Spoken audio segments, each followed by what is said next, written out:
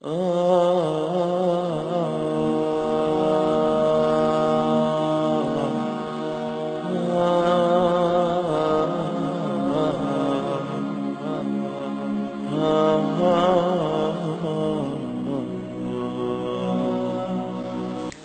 اللہ الرحمن الرحیم۔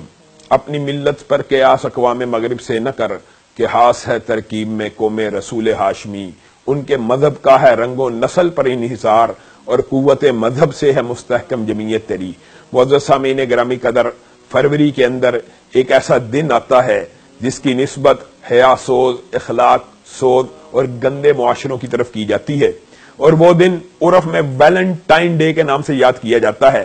یہ اس معاشرے سے ہمارے معاشرے میں درآمد کیا گیا ہے کہ جس معاشرے کو آج اگر یہ کہا جائے اپنے ہنجر سے خودکشی کر رہی ہے تو یہ بات بے جانی ہوگی۔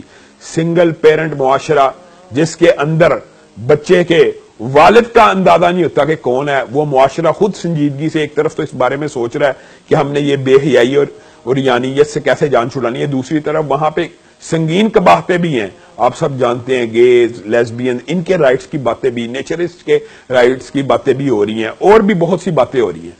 اب ہمارا ایک اسلامی معاشرہ اور اس معاشرے کا آپس میں کیا موازنہ ہو سکتا ہے؟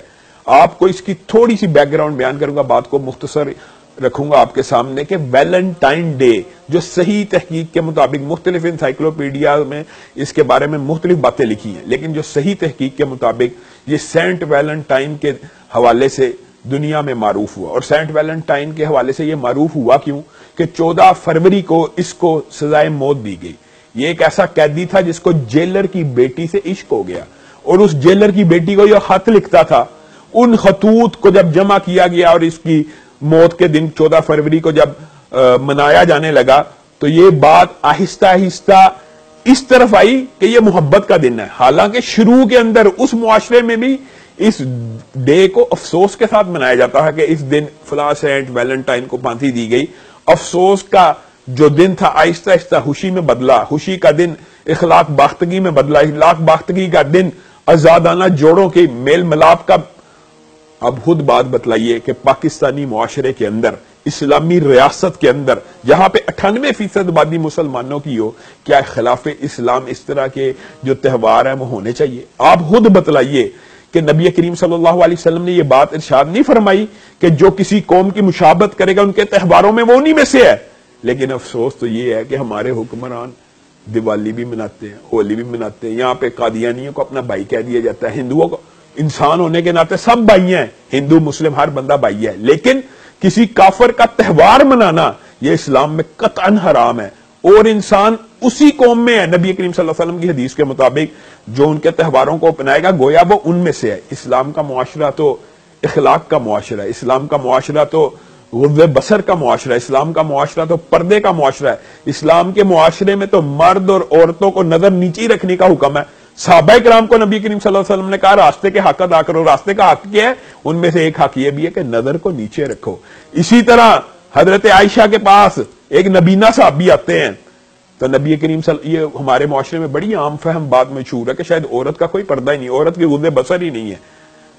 نبینہ صحابی آتے ہیں تو نبی کریم صلی اللہ علیہ وسلم حضرت عائشہ کو بھیج دیتے ہیں۔ پوچھا کہ یہ تو نبینہ، یہ مجھے نہیں دیکھتے؟ تو نبی کریم صلی اللہ علیہ وسلم نے فرمایا کیا تو انہیں نہیں دیکھتی؟ اور بعض معاشرے کے اندر بے پردگی پھیلانے کے لیے ایسا ٹولہ بھی معاشرے میں موجود ہے، جی صحابیات مردوں کے کھیل دیکھتی تھی۔ اللہ کا خوف کرنا چاہیے، خوف کرنا چاہیے۔ مردوں کے کھیل کہ جہاد کی تربیت، جہاد کی ٹریننگ، اس کو دیکھنا اور غیر مردوں کو دیکھنا ایک بات ہے۔ جس اسلام کے اندر عورت خوشبو لگا کے گھر سے نکلے تو اس کے بارے میں نبی کریم کہ یہ ایسی ایسی ایسی یعنی بری عورت ہے، اس اسلام میں کسی قسم کی بے پردگی کی اجازت ہوگی؟ جس اسلام کے اندر اگر غیر محرم کو چھونا اتنا سنگین ہو کہ نبی کریم صلی اللہ علیہ وسلم ارشاد فرمائے تیرے ماتھے کے اوپر کیل رکھ کے اگر کوئی ٹھونک دے یعنی مر جاتا بندہ، دماغ کے اندر کیل جائے، ظاہر سی بات ہے وہ مر جائے گا، یہ بہتر ہے اس سے کہ تو غیر محرم عورت کو ہاتھ ملائے۔ اور ہاتھ ملانا تو دور کی بات ہے، نبی کریم صلی اللہ علیہ وسلم کے پاس ایک عورت نے بیعت کے لیے ہاتھ کو بڑھایا، نبی کریم نے اپنی آنکھوں پہ ہاتھ کو رکھ لیا، اس نے سمجھا جس طرح مرد بیعت کرتے ہیں شاید عورتیں بھی بیعت کرتی ہیں۔ تو اسلام کا جو معاشرہ ہے، اسلام کا جو کلچر ہے وہ حیا کا کلچر ہے۔ اور نبی کریم صلی اللہ علیہ وسلم نے کہا کتنا بدبخت انسان ہے اور کتنی وعید ہے اس بندے کے بارے میں کہ جس کے عیبوں کی پردہ پوشی اللہ رب العزت ستار اور ستیر رات کو کرتا ہے، لیکن وہ صبح اٹھتا ہے لوگوں کے اندر اپنے عیوب خود بیان کرتا ہے، میں نے رات ایسے کی، میں نے رات ایسے گزاری۔ تو 14 فروری کے اندر اگر آپ کسی غیر محرم عورت کو ملیں گے، شرعام ملیں، خفیہ ملیں، چھپ کے ملیں، یہ سب کی سب باتیں اسلام میں کسی صورت اور قطعاً جائز نہیں ہے۔ وآخر دعوانا ان الحمدللہ رب العالمین۔